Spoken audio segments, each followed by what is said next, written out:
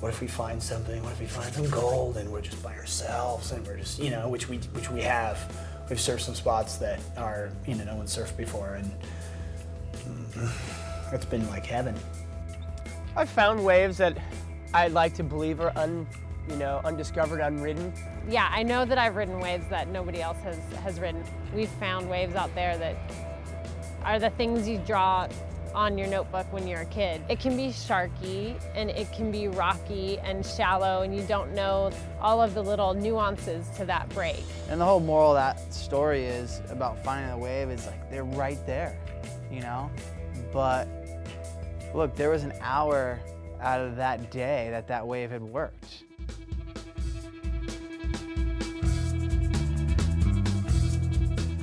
I always say, let's go find something new, then go to something that we've already done before. That was a discovery in itself, that 2001 Cortez mission that we went on. I think that was like the first time I'd surfed in the middle of the ocean. That was the first time I'd gone that fast on a wave. There were so many unknowns with that. You're on complete alert, very, very aware, and it's based out of fear, and so you don't die.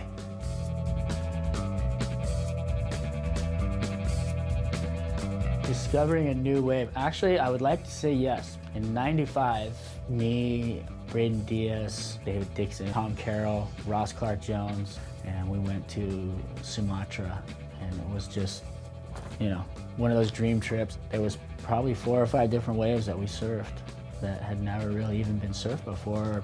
We named Burger World, and there was another place that we named It's Beautifuls that I've never actually seen again. Huntington, you could load up your board and go to the beach and put on your wetsuit and go surf, and that's why it's crowded. You go travel on a plane where no crowds are, you're gonna have to work for those waves. You hike through the jungle to get out to the ocean, set up a tent and survive. And doing it to get those epic waves. It's no other feeling like it. Best feeling you get.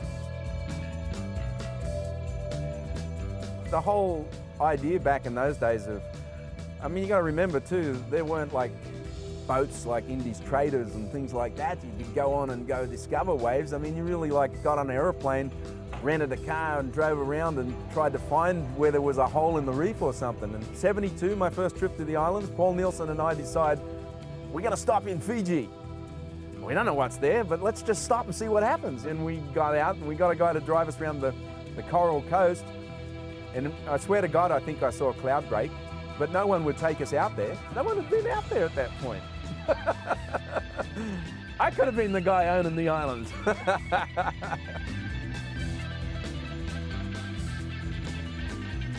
It wasn't specifically new, but we put it on the map, was a wave Cloud 9. Back in '92, Taylor Knox and I went on a trip with photographer John Callahan, and we just sort of paddled around the point, discovered this dream perfect right-hander for 2 weeks straight. That was just like, you know, perfect 4 to 6 foot back door or something, and you know, only guys there. And just in the past 5 years, you've seen an amazing renaissance of wave discovery, places where they've never, you know, seen surfing at all. To answer your question, yeah, there's tons of discovery still out there. I mean, I wouldn't trade it for the world. It's an amazing experience to find a new wave.